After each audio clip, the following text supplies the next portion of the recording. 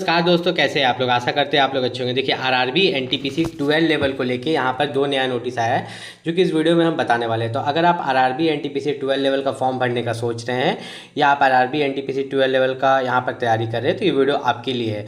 ये बिल्कुल dedicated video RRB NTPC सिर्फ 12 लेवल के लिए है। तो यहाँ पर चलिए शुरू करते हैं। सबसे पहले दो नया नोटिस बताने से पहले मैं आपको बता दूँ कि आरआरबी एनटीपीसी का जो ये फॉर्म निकला है, इसका फॉर्म अप्लाई का जो लास्ट डेट है ये है 27 नवंबर। मैं यहाँ पर लिख भी देता हूँ, देखिए 27 नवंबर से पहले जो है आरआरबी एनटीपीसी 12 लेवल का आपको फॉर्म यहाँ पर भर लेना है। इस चीज़ का आपको खास ख्याल रखना है। अब सबसे पहला नोटिस यहाँ पर मैं आपको बता दूं कि आरआरबी एनटीपीसी ने ये बोला है कि अब से वो पैनल नहीं निकालेंगे। ठीक है, पैनल लिस्ट जो होता है, पैनल लिस्ट अब नहीं निकाला जाएगा, या जिसको वेटिंग लिस्ट भी आप बोल सकते हैं। इसका कारण क्या है, मैं आपको बता देता हूँ। देखिए होता क्या था ना कि जैसे मान लीजिए कि इसमें कमर्शियल कम टिकट क्लर्क में यहाँ पर 2000 कुछ वैकेंसी है, 2424 वैकेंसी है। ठीक, अब ये जो 2424 वैकेंसी है तो इसके लिए जो है आपका CBT 1 ये लोग कराते हैं, फिर CBT 2 कराते हैं। तो CBT 2 में जो है वेटिंग लिस्ट बनाया जाता था। वेटिंग लिस्ट इसलिए बनाया जाता था कि मान लो कि कोई बच्चा जॉब लगने के बाद भी अगर छोड़ के चला जाए तो उसके बदले जो बच्चा कम नंबर लाया है उसका सिलेक्शन हो जाए। लेकिन अब ऐसा नहीं होगा। मान लो कि यहाँ पर 2424 वैकेंसी है। ठीक है, 2424 वैकेंसी है। अब इसमें से जो है मान के चलते हैं कि 424 वैकेंसी जो है, 424 लड़का छोड़ के चला जाता है। ठीक है, CBT 2 निकालने के बाद भी है 424 बच्चा जो है यहाँ पर ज्वाइनिंग लेता ही नहीं है, या ज्वाइनिंग लेने के जस्ट बाद वो छोड़ देता है। अगर कुछ भी ऐसा होता है तो ये 424 वैकेंसी को यहाँ पर पैनल नहीं निकाला जाएगा, वेटिंग लिस्ट नहीं निकाला जाएगा। इसको क्या किया जाएगा, नेक्स्ट साल में ये लोग शिफ्ट कर देंगे। ठीक है, अगली वैकेंसी जो निकालेंगे आरआरबी एनटीपीसी 12 लेवल का, उसमें इसको ये जोड़ देंगे। तो ये सबसे पहला चेंजेस है। अब दूसरा जो चेंजेस है वो तो काफ़ी इंपॉर्टेंट है, वो है आपका डॉक्यूमेंट वेरिफिकेशन को लेके। किसको, DV को लेके, डॉक्यूमेंट वेरिफिकेशन को लेके।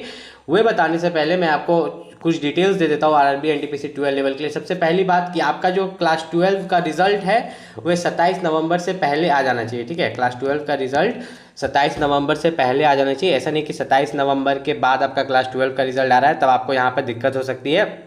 इस चीज़ का आपको खास ख्याल रखना है। टोटल फिर वैकेंसी की बात करें तो वैकेंसी यहाँ पर 3058 वैकेंसी है, जो कि एकदम लो वैकेंसी है। मैं डायरेक्ट बोल देता हूँ, बहुत कम वैकेंसी है। कंपटीशन बहुत ज़्यादा होने वाला है। कुछ ऐसे टीचर्स यूट्यूब पर आप देखिएगा जो ये बोल रहे हैं कि अरे बहुत बड़ा वैकेंसी निकल गया, और इसको लेके वो लोग अपना कोर्स बेच रहे हैं। ठीक है, बड़ा बड़ा कोर्स बेच रहे हैं। तो वे सब यहाँ पर नहीं चलने वाला। मैं आपको बता दूं कि अगर आपकी तैयारी अच्छा है, मतलब अगर आपकी तैयारी अच्छी है, हाई लेवल की तैयारी है आपकी, तभी आप इसको फॉर्म भरिएगा। अगर हाई लेवल की तैयारी नहीं है, हाई लेवल की तैयारी मतलब क्या होता है कि आपका सिलेबस कंप्लीट है, आपने रीजनिंग का बुक एक बार पढ़ लिया है, मैथ का अलग पूरा सिलेबस पढ़ लिया है। ठीक है, जनरल अवेयरनेस को पूरा पढ़ लिया है, पूरा सिलेबस कंप्लीट है। तब ऐसा नहीं कि अभी आप फॉर्म भर रहे हो, पढ़ना शुरू कर रहे हो।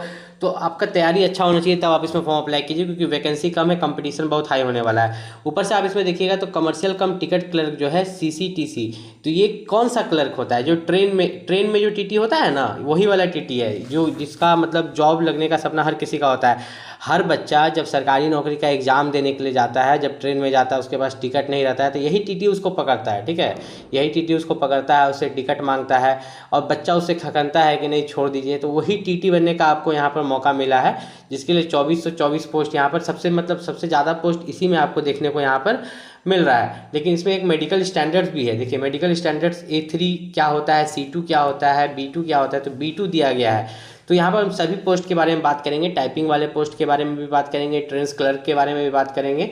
तो आपको नीचे यहाँ पर चल के देखना है। सैलरी पर ध्यान मत दीजिए। सैलरी क्या है, एक बार नौकरी लगे तब ना, एक कोई पोस्ट पर नौकरी लग जाएगा ना तो आराम से आपको 40-50 हज़ार पर मंथ स्टार्टिंग मिलेगा। सैलरी पर ध्यान मत दीजिए, आपको पढ़ाई पर ध्यान देना है मेन, कि आपको यहाँ पर आप कंप्लीट कैसे कर पाते हैं। ठीक है, अपना सिलेबस कैसे टाइमली आप यहाँ पर कंप्लीट कर पाते हैं। मैंने दो नोटिस में से एक नोटिस आपको बता दिया था, अब दूसरा नोटिस मैं आपको यहाँ पर बता देता हूँ। देखिए यहाँ पर दिया हुआ है क्रूशियल डेट। ठीक है, crucial date for claim of SC ST और OBC। ठीक है, यहाँ पर दिया है ना, crucial date for claim of SC ST OBC। तो ये क्या है, आपका लास्ट डेट, फॉर्म अप्लाई का जो लास्ट डेट है वही आपका क्रूशियल डेट है। मतलब अगर आप SC ST OBC कैटेगरी से अगर आप बिलोंग करते हो, देखो यहाँ से अगर आप OBC से होते हो, या SC कैटेगरी से हो, या ST से हो, या EWS से हो, तो आपको कोई सर्टिफिकेट अपलोड नहीं करना है। ठीक है इस चीज़ का खास ख्याल रखिएगा। कि आपको कोई भी सर्टिफिकेट अपलोड नहीं करना है, लेकिन आपके पास सेंट्रल लेवल कास्ट सर्टिफिकेट बना हुआ होना चाहिए। एक सर्टिफिकेट नंबर वो लोग मांगते हैं, क्या मांगते हैं? Certificate number. तो जो सर्टिफिकेट नंबर दीजिएगा वो सेंट्रल लेवल कास्ट सर्टिफिकेट का होना चाहिए, ये नहीं कि आप स्टेट लेवल का दे रहे हैं। इन्होंने साफ साफ यहाँ पर लिख दिया है इस चीज़ को, ठीक है। इस चीज़ का आपको खास ख्याल रखना है। अब यहाँ पर हम लोग चले थोड़ा सा और नीचे चलते हैं, तो एज किस दिन काउंट होगा? एज आपका जो है उम्र 1/1/2026 को काउंट होगा, ठीक है। अब नेगेटिव मार्किंग यहाँ पर जो है 1/3 है। ये सब पहले इसलिए बता दे रहे हैं क्योंकि आगे ये सब का काम पड़ने वाला है, आगे आप इस चीज़ को खुद सवाल करेंगे कमेंट में, इसलिए मैं आपको पहले बता देता हूँ। थोड़ा सा हम लोग यहाँ पर नीचे चलते हैं, तो मैं आपको यहाँ पर दिखाता हूँ वैकेंसीज़ के बाद यहाँ पर मेडिकल स्टैंडर्ड्स। तो सबसे मेन है मेडिकल स्टैंडर्ड्स की, ऐसा पोस्ट में भरेंगे ना जिसमें मेडिकल में फेल हो जाए, ठीक है। तो A3 मेडिकल स्टैंडर्ड्स, A3 जो मेडिकल स्टैंडर्ड है उसमें डिस्टेंस विजन मतलब जो दूर दृष्टि है आपका 6/9 होना चाहिए विथ और विदाउट ग्लासेस, मतलब आपको चश्मा भी है तो चलेगा, कोई दिक्कत नहीं है, ठीक है। B2 में भी आपका जो है नियर विजन 0.6 है A2 में, ठीक है। B2 में भी जो है आपका चश्मा रहेगा भी तो चलेगा, और C2 में भी आपका चश्मा रहेगा। मतलब C2 में ऐसा होता है ना कि आँख में थोड़ा दिक्कत भी है तब भी चलता है, लेकिन A3 में उतना ज़्यादा दिक्कत नहीं होना चाहिए, चश्मा लगा हुआ भी है तो उतना ज़्यादा दिक्कत यहाँ पर नहीं होना चाहिए। उसके बाद हम लोग थोड़ा सा यहाँ पर नीचे चलते हैं, तो एज लिमिट क्या दिया गया है?